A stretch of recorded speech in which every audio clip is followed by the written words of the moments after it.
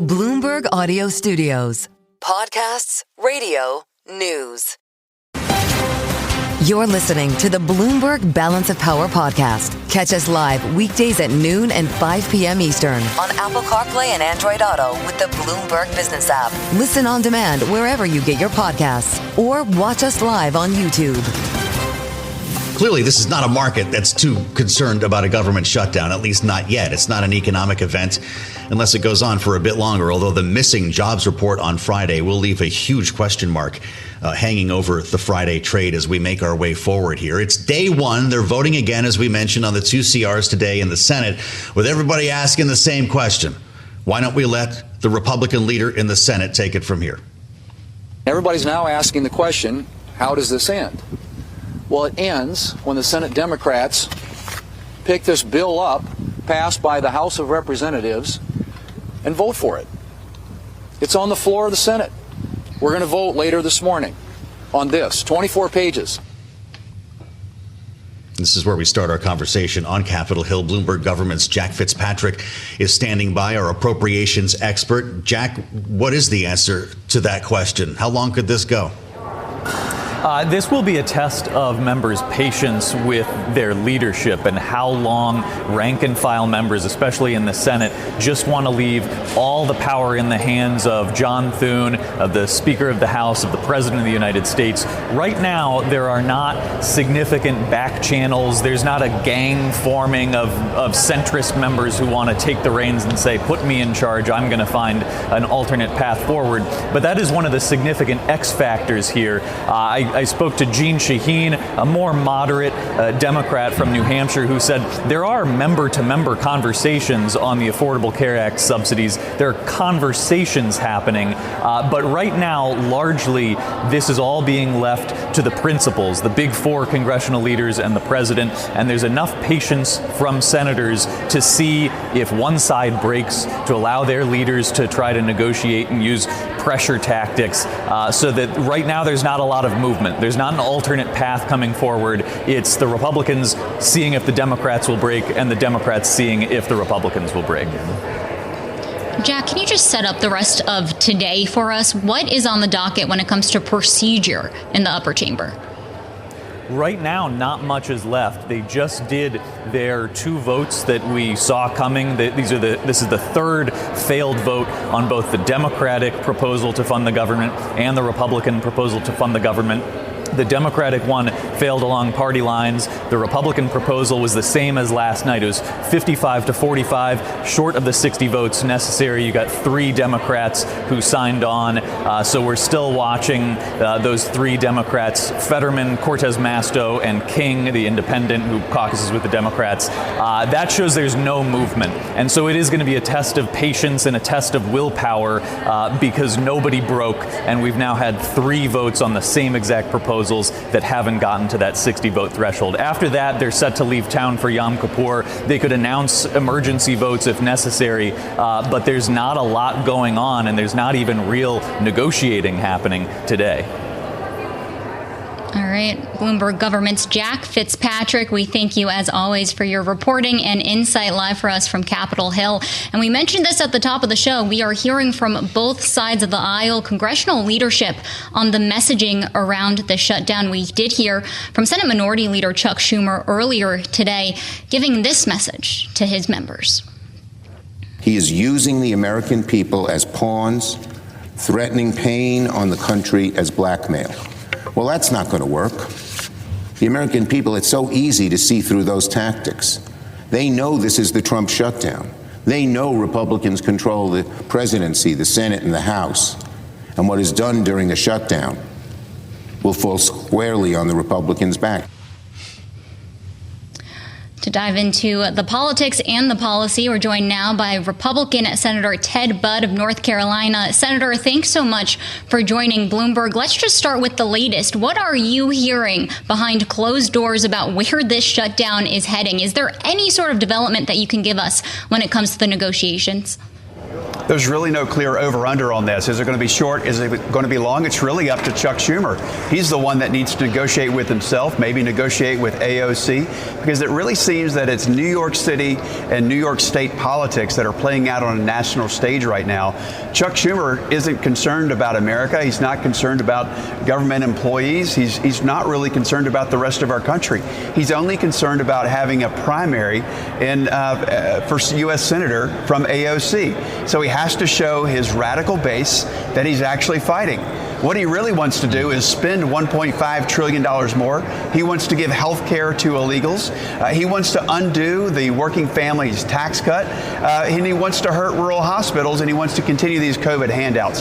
That's what he's trying to do, and it's really just about appeasing his radical base. I just want to understand, if you can explain to us the idea of giving health care to illegals. Isn't it impossible for an undocumented citizen to be eligible for health care? The way they were, thank you for asking. The way they were enrolled, it actually would lead to them through other avenues being into these entitlement programs. So would we send a check directly? No, but were they enrolled through other measures? Absolutely. And those that were here legally, of course, and those that were citizens, sometimes it was couples making up to $500,000 were getting these subsidies. So do we need to fix these reform or have some reforms in regards to these subsidies? Yes, there are some people that actually need them. There's some contractors, some blue collar folks that were on 1099s, and they need to have them, but we need to reform them. We don't want to throw them out. We want to say, let's have the discussion.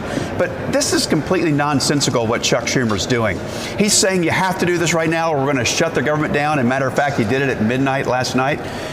This is a December discussion. This is not a late September or an early October discussion. This is something we can keep working on.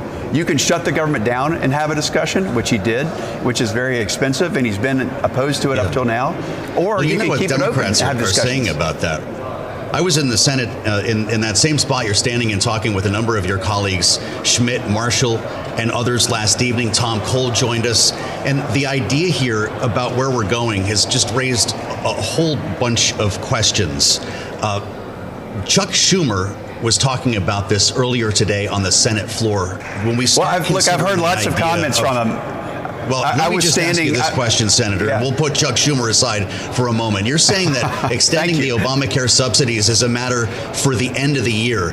But a number of Democrats who've joined us, Chris Coons last evening said, notices are going out and open enrollment is about to begin, that healthcare premiums actually start rising today. Are they wrong?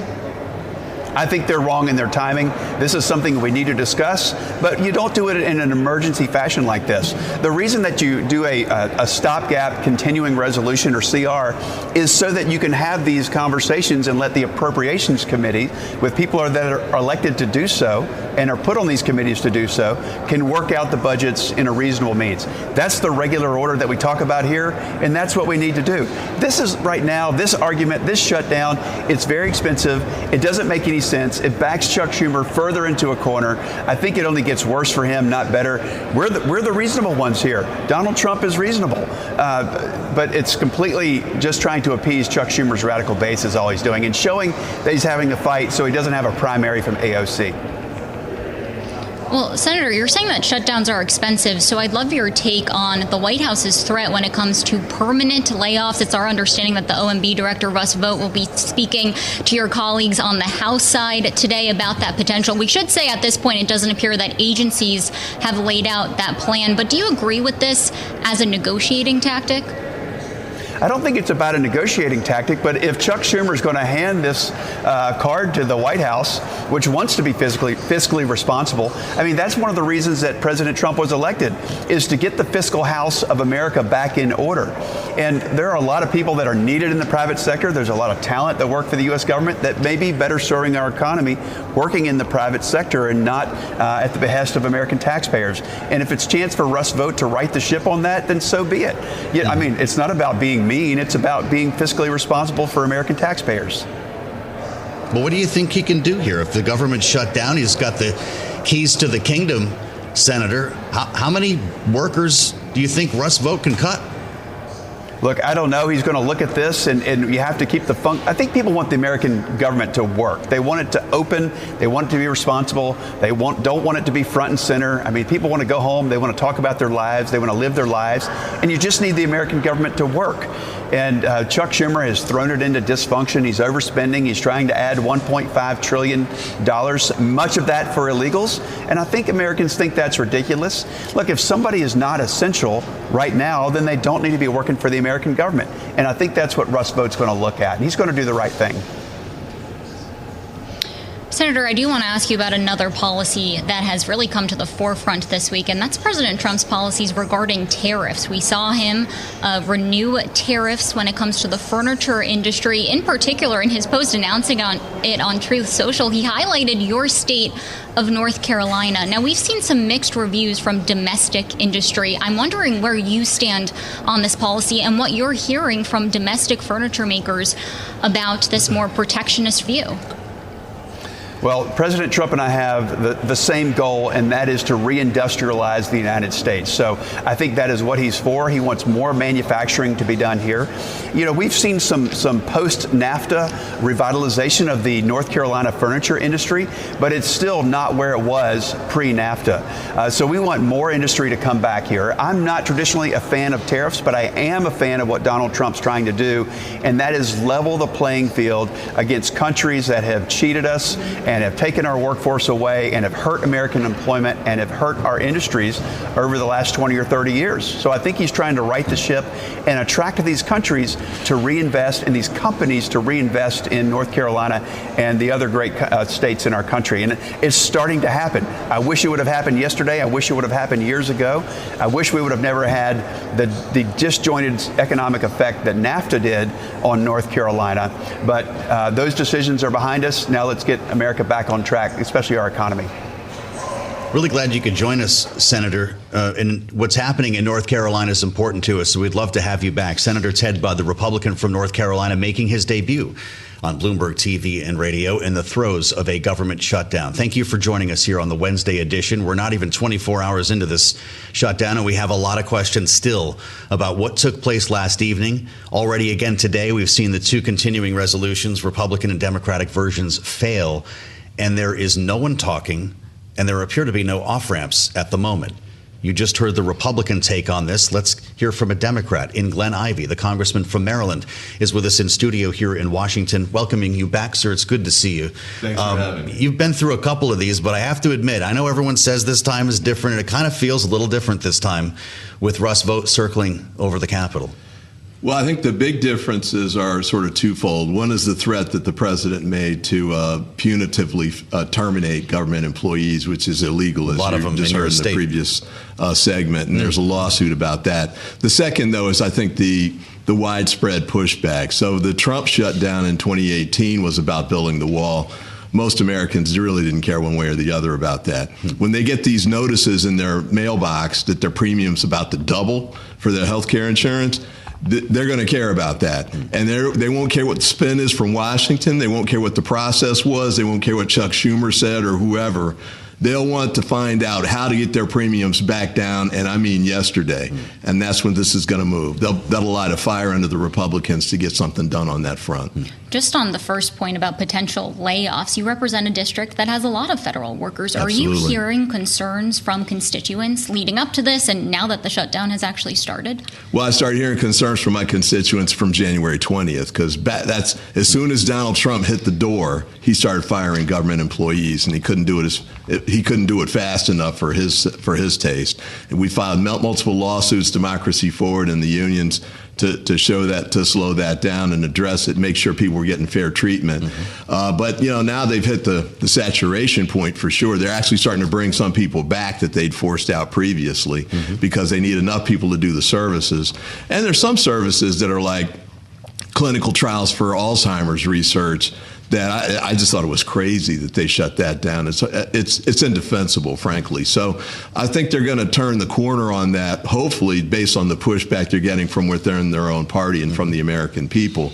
And I think that's going to make it hard for them to follow up on this threat that they made. But you never know with those guys. You really can't tell. Republicans remind us that these are COVID-era Obamacare subsidies, and many ask, why they should still be around since the pandemic is not.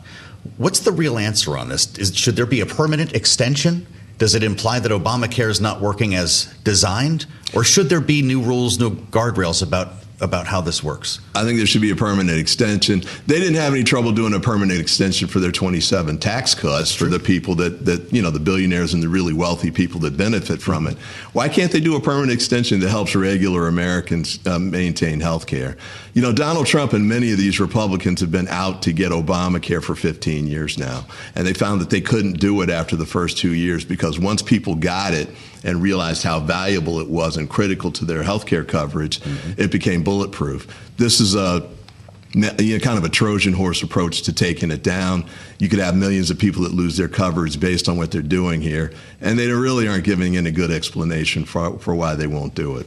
Just for clarity, would you support a commitment to negotiations down the road, or do you want to see pen put to paper before the government is reopened when it comes to this? Two problems with down the road. One is we've been negotiating this for months now. For example, the $1 trillion in Medicaid tax cuts, that was an H.R. 1. Democrats fought against that. Almost all of us voted against it in the House. They passed it anyway on a party line vote. On the subsidy extensions, I'm on the Appropriations Committee. We tried multiple times to put in amendments on the appropriations bills that would have given the extension at that point. They voted them down every time by unanimous party line vote by the Republicans. So they can't say we need 7 more weeks to figure this out because we've had 7 months to be working on this and have been. So my sense of this is they've been voting to kill it over and over again. Why should we assume that they're changing their minds now? Why should we credit that statement? And of course, Donald Trump has been totally erratic and unreliable on commitments that have been made one way or the other. So, yeah, I'd like to see it in writing. Matter of fact, I'd like to see it get done now as part of reopening the government. We can do both at once. They really haven't given a good explanation as to it's part regular order and all this. Regular order didn't work. So now we're trying this now to make sure the American people, I think there's 15, 16 million of them that could lose their coverage. We want to make sure they get their coverage. Well, we all remember, of course, the shutdown in 2013 that was surrounding Obamacare. We've been going around the block on this for a while here.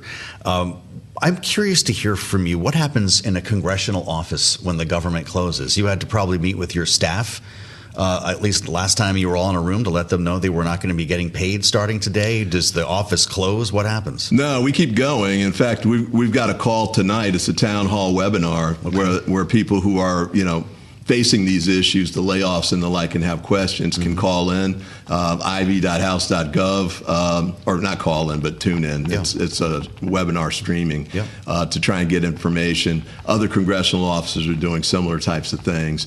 Obviously, we're going to keep working in the community to try and help with people trying to figure out how to get through this. Is that a motivator when lawmakers see that the staff isn't buying lunch or coming to work or getting a second job? I mean, that's real, isn't it? Yeah, I'm a former staffer, so I know how hard it can be on them. I'm also a former federal government employee of the Department of Justice, for example. So I know the impacts can be really tough on folks. Most folks need their pay. They need their income to stay steady. They're living paycheck to paycheck, so it's tough on them. But at least in my district so far, people seem to understand the importance of this moment, the need to make sure that health care gets extended. Because many of them, yes, they're government employees, but they, grandma's in a nursing home based on them getting the payments through Medicaid.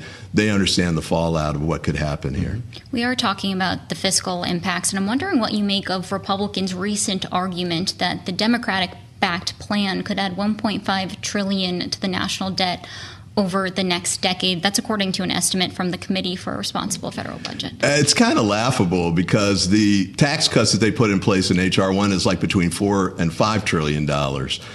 So, I hear them start complaining about the deficit again, and I'm like, where were you when you passed this thing unanimously, essentially?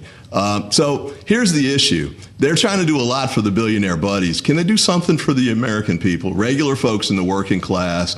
They're not trying to ask for a whole lot of handouts or anything, but they do want to just give them the chance to extend their health care coverage with the subsidies that they've been given and come to rely on. Give them a chance to continue to get the Medicaid funding that they need for elderly and the disabled and children who are poor and the like. why are we cutting that stuff to give tax cuts for people who really don't need the money, and many of them aren't even asking for it. So it's inexplicable to me and indefensible, frankly. I don't know how much time you spent on Truth Social, but you might have seen the videos the president's been posting about your leader in the House, Hakeem Jeffries. There was one a couple of days ago. He's standing side by side Chuck Schumer. It's an AI-generated deep fake where Chuck Schumer is saying offensive things about undocumented immigrants. And the Democratic leader in the House is put in some sort of mariachi outfit in what was deemed a sure-to-offend racial depiction of Jeffries, and he did it again last night. Yeah, I mean... what does that tell you about the willingness to compromise? I mean, it tells me more than that. I mean, you start kind of wondering if the guy's really stable or not. I mean, it just doesn't make a lot of sense. The performance in front of the generals and admirals yesterday was unsettling, too, to say the least. And there's been a whole string of that with this guy since he got back into the White House. I mean, if Joe Biden had been doing stuff like this, you'd have to peel people off the walls. Oh, he's lost it. Let's, measure Trump by the same yardstick. It's good to have you back. Good to be back. Maybe when things reopen, we'll talk again. Unless this goes on for a while. Congressman Glenn Ivey, the Democrat from Maryland. Apparently I'll have some free time. It sounds like it. Thank you for being here. All right. For all the wrong reasons, but we'll keep in touch on this one. Stay with us on Balance of Power. We'll have much more coming up after this. You're listening to the Bloomberg Balance of Power podcast. Catch us live weekdays at noon and 5 p.m. Eastern on Apple CarPlay and Android Auto with the Bloomberg Business app. You can also listen live on Amazon Alexa from our flagship New York station. Just say, Alexa, play Bloomberg 1130. We're glad you joined us. Here on the Wednesday edition, I'm Joe Mathieu alongside Tyler Kendall in Washington. We're going to have a conversation straight ahead with Congresswoman Lisa McClain, important as she is chair of the House Republican Conference and will bring us inside the negotiations or a lack thereof at the moment. We spoke as well today with Larry Summers, my colleague David Weston at Bloomberg World Headquarters in New York, speaking with the former Treasury Secretary about this government shutdown. Here's what Summers said. This is about whether we should be scaling back the availability of health insurance for millions of Americans who in the old system used to not have eligibility for coverage, and in the new system do have eligibility for coverage. And people should make their choice about what they think. And I suspect that will become clearer in the days, perhaps the weeks ahead, and we will see how it all plays out. But people shouldn't be distracted by the budget resolutions and the supermajorities and the 60 votes in the Senate and the appropriations process or any of that. This is a stark question. The government can reopen tomorrow if the President of the United States is prepared to accept the maintenance of Medicaid benefits, is prepared to accept the continuing functioning of the exchanges that have brought health insurance to millions of Americans, most of whom are employed by small businesses who can't really manage to provide health insurance to all their workers. That's the take from Larry Summers earlier today on Bloomberg, and it's a pleasure to welcome back Congresswoman Lisa McClain. She is live on Capitol Hill, chair of the House Republican Conference, representing the 9th District of Michigan. Congresswoman, it's good to see you. Welcome back. And I guess I should say happy shutdown day, or there's probably not much happy about it considering what's going on here. I know that this is a Senate matter right now, and they're going to keep voting on the continuing resolutions that we have seen. But I guess the big question today is how long this might last. What are you hearing behind the scenes? You know, I can share with you from the Republican standpoint, we hope it doesn't last very long because we don't want the American people to feel the pain from the Democratic shutdown. So I really don't have a sense of that because it's not in our hands. It's in the Democrats' hands right now. Congresswoman, our understanding is the OMB director, Russ Vought, was set to speak to your conference today. Can you confirm, has that call already happened, and what was discussed, including the future of potential permanent layoffs?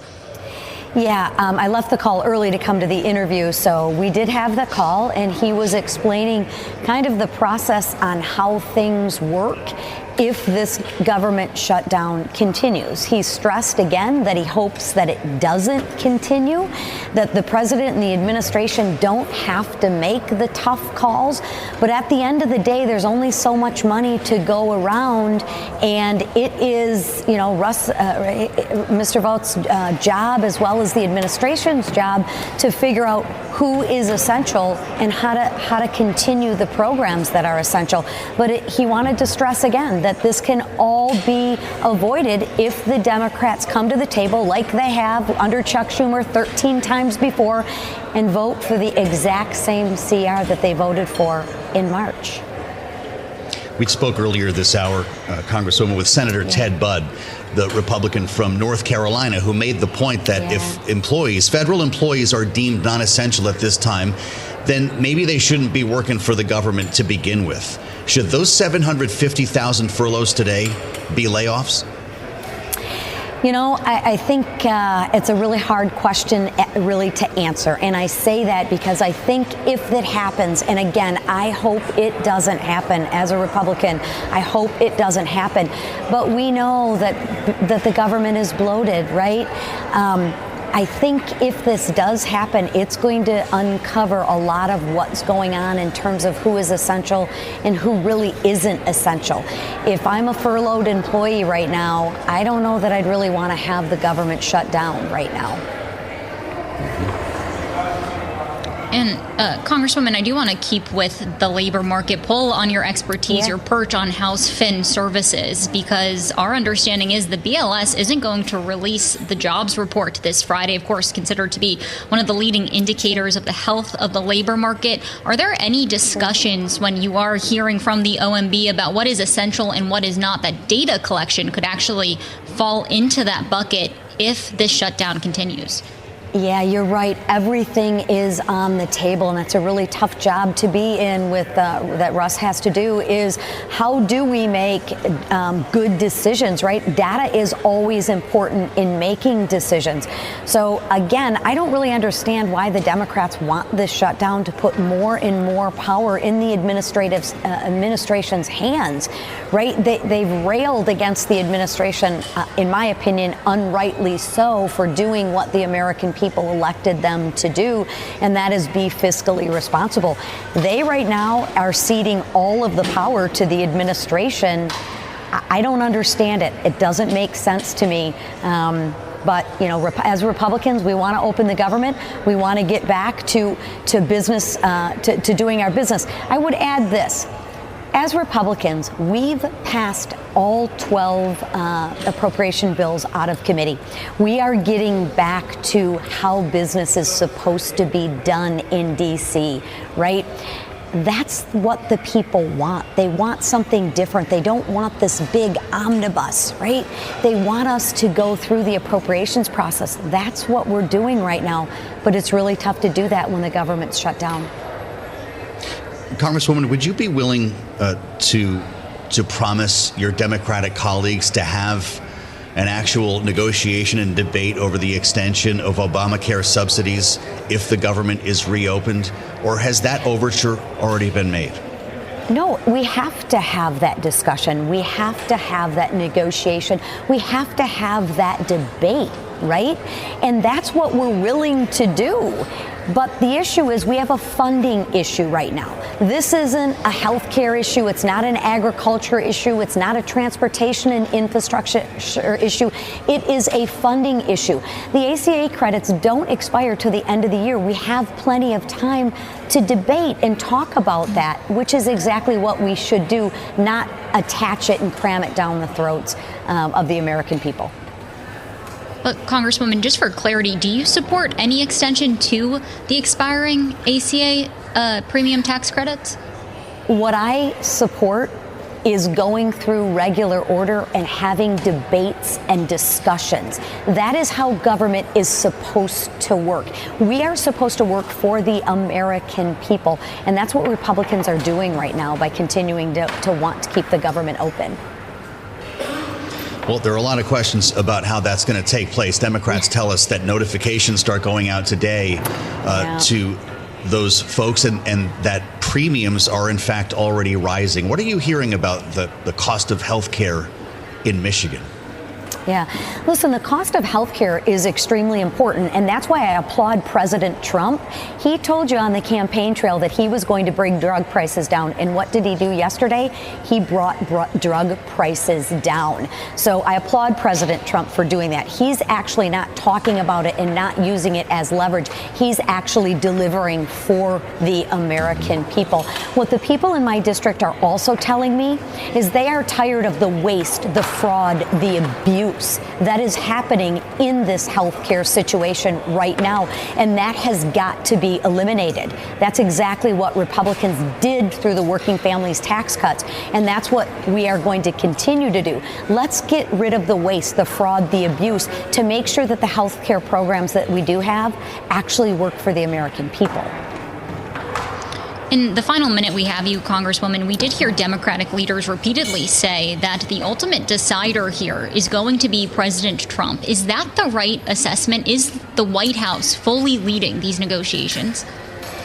Well, right now, President Trump is our commander-in-chief, right? And the Republicans, we have been in constant contact as House Republicans with the White House, with President Trump, on keeping the government open. The president wants to keep the government open.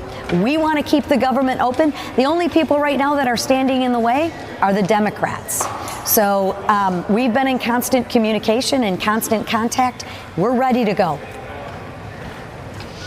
All right.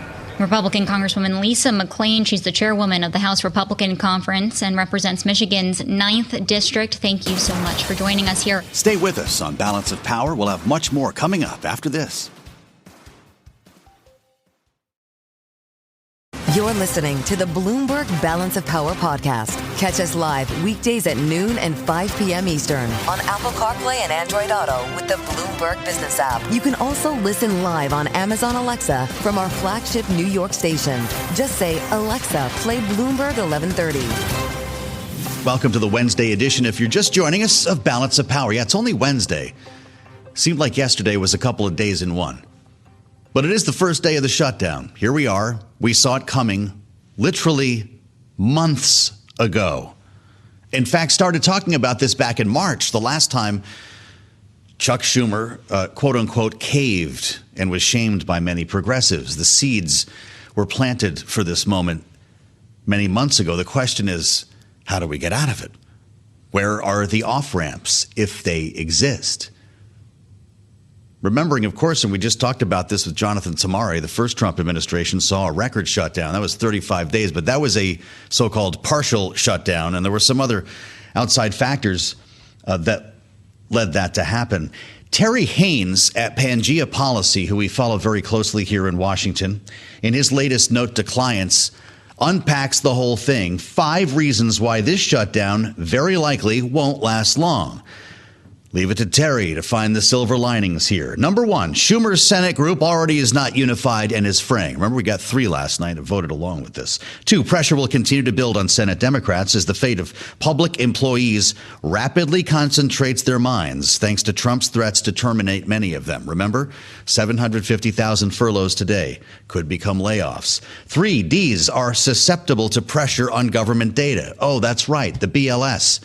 Not kicking out the jobs report on Friday. Markets nervous. 4, once the Democrats' resistance political point is made the next days for the party's respective voter bases, major donors, pressure points today signal a resolution to allow negotiations on Obamacare premiums. And 5, remember, continuing government funding at current levels is in itself a Democratic win. We'll see about that, because they're counting the days right now at the Pentagon. And if you think that we're going to be able to pay our troops indefinitely here, You might be disappointed with what we're about to hear from Arnold Pinaro. The retired Marine Corps general is with us now, former staff director of the Senate Armed Services Committee, with his view on what's happening here in a world of perpetual CRs and now a shutdown. General, it's great to have you back. I saw the statement that you kicked out earlier this week, and you're concerned with readiness. We've had a lot of politicians on last couple of days, and everybody's playing a blame game right now. But I want to get to the matter at hand with you, because you're talking about troops deployed in harm's way do not receive their pay. Civilians performing critical defense functions are furloughed or required, again, to work without compensation. And importantly, we never think about this or talk about it, at least the small businesses that sustain our defense industrial base face immediate financial strain. How long can this go on, General, before it does impact our readiness? Well, Joe, it's impacting our readiness right now today. There's nothing positive about a government shutdown, particularly as it relates to national security, especially when there's no clear path to a resolution, as Jonathan clearly outlined, and it was totally avoidable. The troops in harm's way, many of them in very dangerous places. We live in a world more dangerous and uncertain than the peak of the Cold War. They're not being paid, and their families, just like average Americans, they need their paychecks. We've already sent home over 300,000 defense civilians on furlough as part of that larger number. A number, tens of thousands, are having to remain on the job for safety and security, but they aren't being paid either.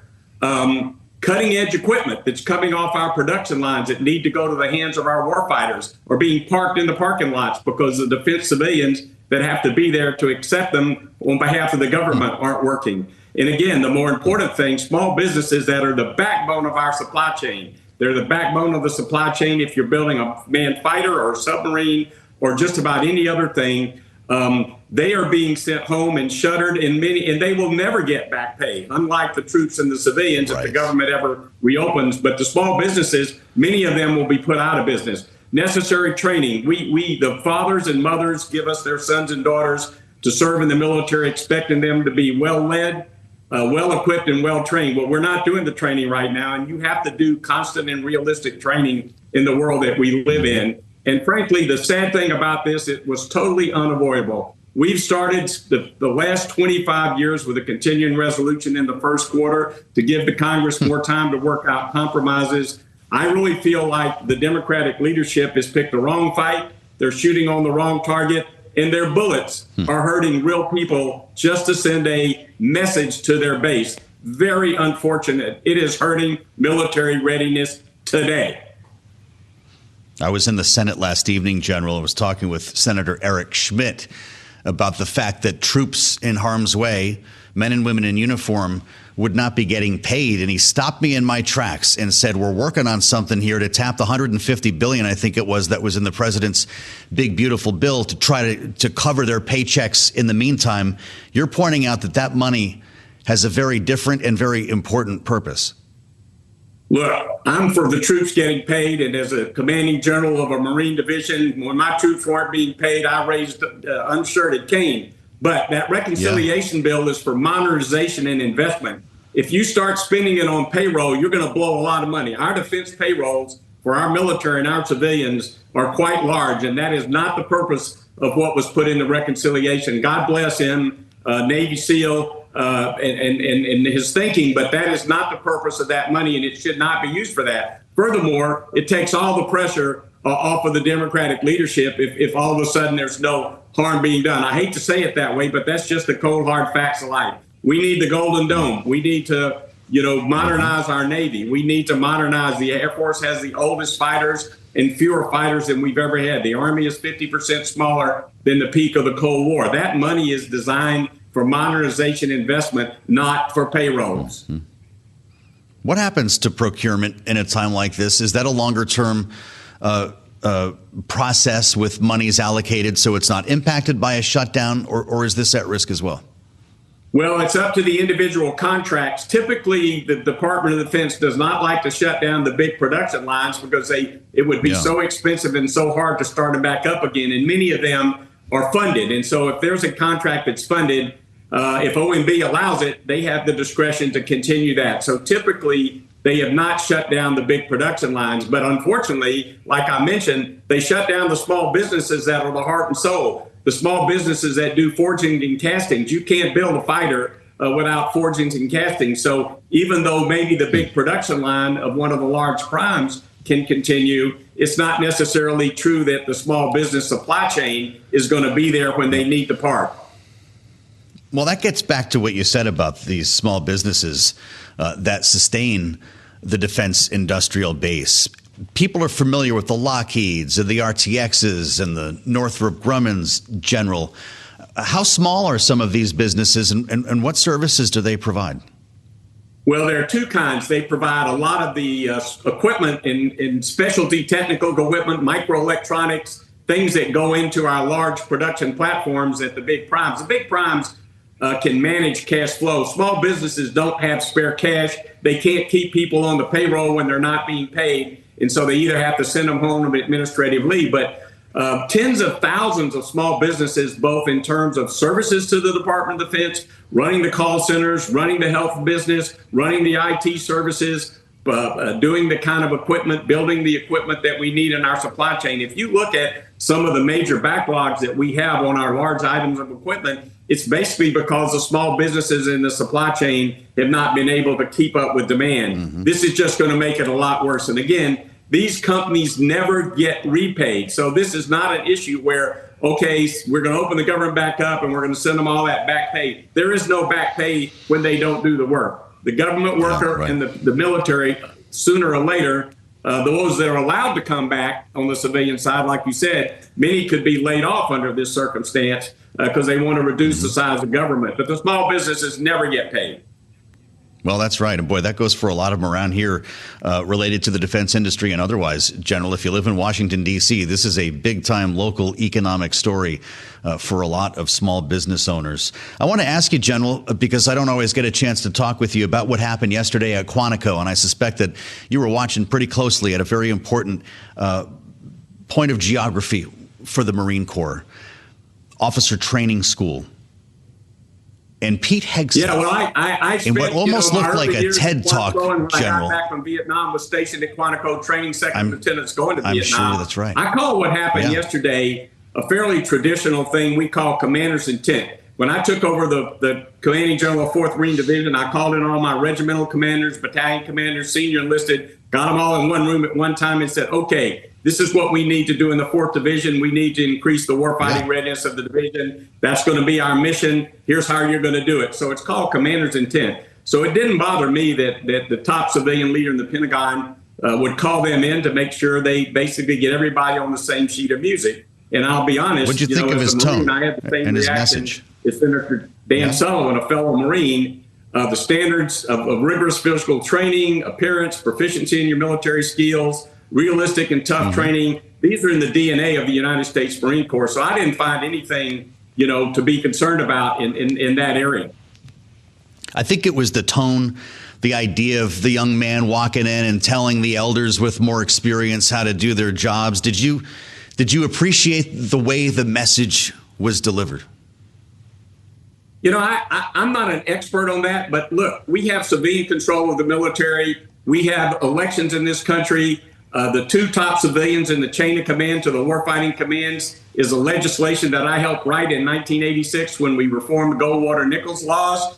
And so basically, if it's a legal order, our military understands that they're going to follow the legal orders of the chain of command. And so, we've had a lot of different people serve as Secretary of Defense over the years. We've had a lot of people serve in the White House over the years. And so our military gets used to different personalities. So, I'm not going to comment on the tone. I think we need to focus on the 10 directives. And frankly, I didn't have a lot that I was concerned about in any of the things that he rolled out. We should make promotions strictly on the merits. We need people to basically be able to be proficient in their military occupational skills. All of those things have been fundamental to the department, now the Department of War, they call it, for all the years that I served in uniform. So to me, I think it was very appropriate to make sure get everybody on the same sheet. Well, as I said yesterday, General, I need to start doing my sit-ups or I'm not going to make it. It's great to have you back. Arnold Panaro, retired 2-star Marine Corps Major General, with us here on Balance of Power. Thanks for listening to the Balance of Power podcast. Make sure to subscribe if you haven't already at Apple, Spotify, or wherever you get your podcasts. And you can find us live every weekday from Washington, D.C. at noontime Eastern at Bloomberg.com.